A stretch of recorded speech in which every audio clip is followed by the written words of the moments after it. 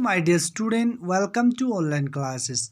तो आज एक नया टॉपिक के साथ क्लास फोर्थ के लिए the topic is Tamil Nadu. So subject SST और आज का जो डेट है वो 12 मई 2021। सो हम क्या डिस्कस कर रहा है इस चैप्टर में, चैप्टर नंबर 3। हमने क्या डिस्कस किया था अभी तक? हमने नॉर्दर्न प्लेन को डिस्कस किया, कुछ रिवर सिस्टम को पढ़ा, कुछ बेसिन्स को पढ़ा और कुछ हम उस लाइफ रीजन को पढ़ा। फिर हमने कोस्टल एरिया को पढ़ा। तो कोस्टल एरिया जो हमारा कोस्टल रीजन है, जो हमारा कोस्टल, वो डिवाइड होता है इनटू टू। तो सब दो पार्ट्स में डिवाइड होता है। तो एक वेस्टर्न कोस्टल प्लेन, एक ईस्टर्न कोस्टल प्लेन। तो ईस्ट में एक माउंटेन चेन है, उसे हम ईस्टर्न घाट कहते हैं, और वेस्ट में एक माउंटेन चेन है, उसे हम क्या कहते हैं? वेस्टर्न घाट कहता है। तो ये दो माउंटेन आके एक पॉइंट पे वो मीट करते हैं। उस पॉइंट पे एक हिल है, उस हिल का नाम नीलगिरी है। तो this all about the coastal plain. So उसके बाद हमने क्या डिस्कस किया था? Life in the region. तो उस रीजन में जो कोस्टल प्लेन है वहाँ क्या लाइफ है, और वहाँ का जो लोग हैं वो उनका क्या ऑक्यूपेशन है, वो लोग क्या क्या क्रॉप्स उगाते हैं। और वहाँ पे एक इम्पॉर्टेंट चीज़ ये है, जो कोस्टल एरिया है वहाँ पे बहुत सारे पोर्ट्स हैं। पोर्ट मीन बंदरगाह। तो बंदरगाह मीन्स वहाँ पे बहुत सारे किश्तियों को रखा जाते हैं। द प्लेस वेयर बहुत सारे किश्तियों को रखा जाते हैं। तो वहाँ से क्या होता है? इंपोर्ट और एक्सपोर्ट का सिलसिला जारी होता है। तो यहाँ मतलब जो गुड्स मीन्स सामान। तो उसके बाद हमने गुजरात को डिस्कस किया था, क्योंकि जो हमारे कोस्टल एरिया है, जो कोस्टल रीजन है, जो कोस्टल प्लेन है, तो वहाँ कुछ स्टेट्स है जो उन एरिया को क्या करते हैं? कवर करते हैं। उनके जो आधा पार्ट से वो कवर करते हैं कोस्टल एरिया को। तो उसमें हमारा सबसे पहले आते हैं गुजरात। तो गुजरात को हमने डिस्कस कर लिया, गोवा को भी कर लिया, केरला को भी कर लिया। तो आज हम तमिलनाडु, आंध्र प्रदेश और उड़ीसा, तो आज हम यहाँ से डिस्कस करेंगे। तो let's start. Tamil Nadu tea and coffee are grown along the slope of Nilgiri hill. Nilgiri मैंने पहले बताया था, एक हिल होता है कन्याकुमारी साइड। तो वहाँ पे क्या होता है? जो हिल होता है उसकी जो स्लोप है, स्लोप पे हम क्या करते हैं? कुछ एग्रीकल्चर करते हैं। जैसे हमने पहले डिस्कस किया था टेरिस फार्मिंग। तो टेरिस फार्मिंग पे क्या होता है? स्टेप वाइज हम लैंड बनाते हैं, ये स्लोप को काट के। तो वहाँ पे ये लोग भी क्या करते हैं? टी और क्रॉप्स को उगाते हैं। तो उसके बाद Kanchipuram and Madurai are the main centre of silk weaving. अब देखो, ये दो जगह है जहाँ ये मेन सेंटर है सिल्क वीविंग। सिल्क क्या होता है? सिल्क एक फाइबर होता है, एक थ्रेड होता है जो प्रोड्यूस करते हैं सिल्क वॉर्म। तो उससे हम क्या करते हैं?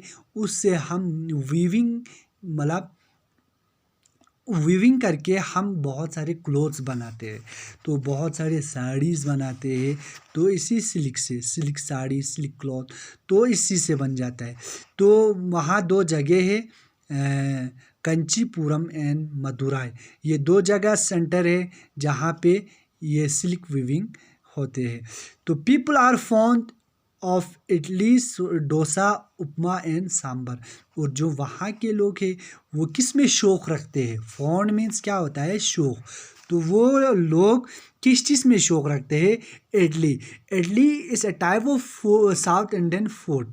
तो साउथ इंडियन में एक फूड होता है जो इडली के नाम से बहुत मशहूर है। तो वो क्या होता है? एक राइस होता है, उसको स्टीम करते हैं एक केक की शक्ल में। तो वो सांभर के साथ वो खा लेते।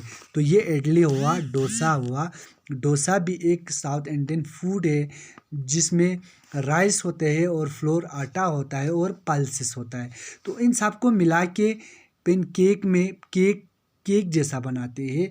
फिर वो क्या करते हैं? बीच में काट के उसमें स्पाइसेस डालते हैं और बहुत सारे वेजिटेबल उसमें फिल करते हैं। फिर डोसा उसका नाम है तो वो खा लेता है। ये साउथ इंडियन का बहुत मशहूर फूड है।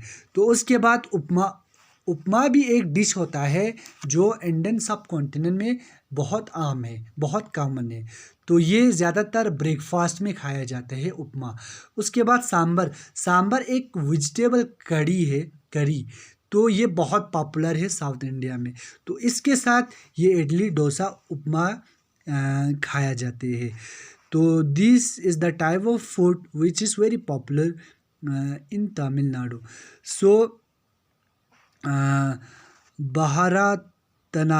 बहारातनातम इज़ अ पॉपुलर डांस। और जो तमिलनाडु के जो लोग हैं वो एक डांस वहाँ बहुत मशहूर है। तो ये डांस होते हैं बहारातनातम। तो ये डांस बहुत मशहूर है कहाँ, तमिलनाडु में।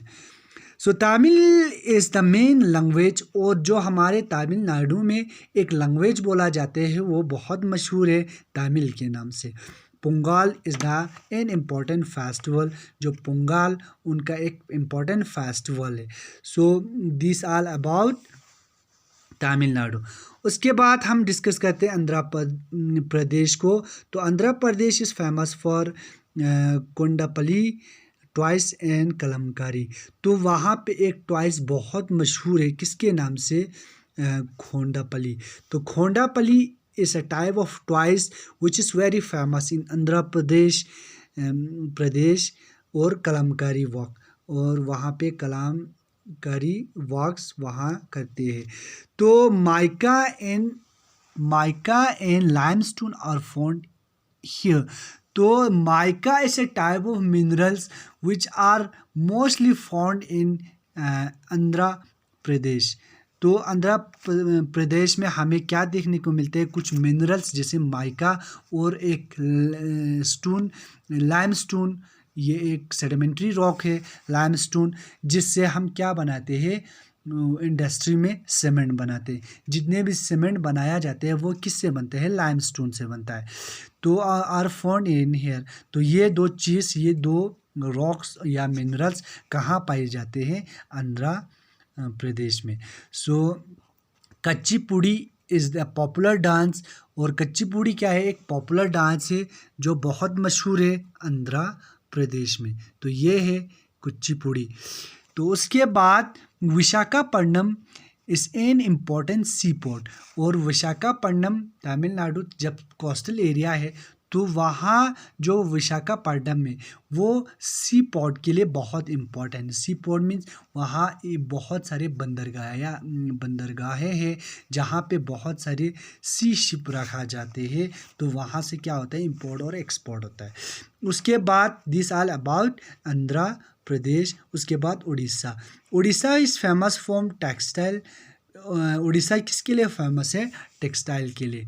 तो टेक्सटाइल एक मिल्स है जहाँ पे कपड़े वगैरह बनाए जाते हैं। सिल्वर वॉक्स और सिल्वर का वहाँ काम किया जाते हैं। एंड हैंडीक्राफ्ट आइटम, और जो चीज़ हाथ से बनाए जाते हैं तो उन आइटम्स वहाँ पे बनाया जाते हैं। कोल, आयरन और and manganese deposit are also found here.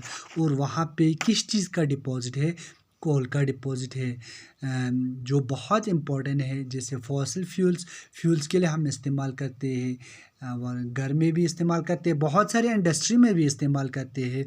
और पुराना टाइम में हम रेलवे उनके लिए भी इस्तेमाल करते हैं कोल। तो उसके बाद आयरन। और आयरन क्या होता है, जितने भी मेटल्स है वो उनको हम क्या कहते हैं, आयरन।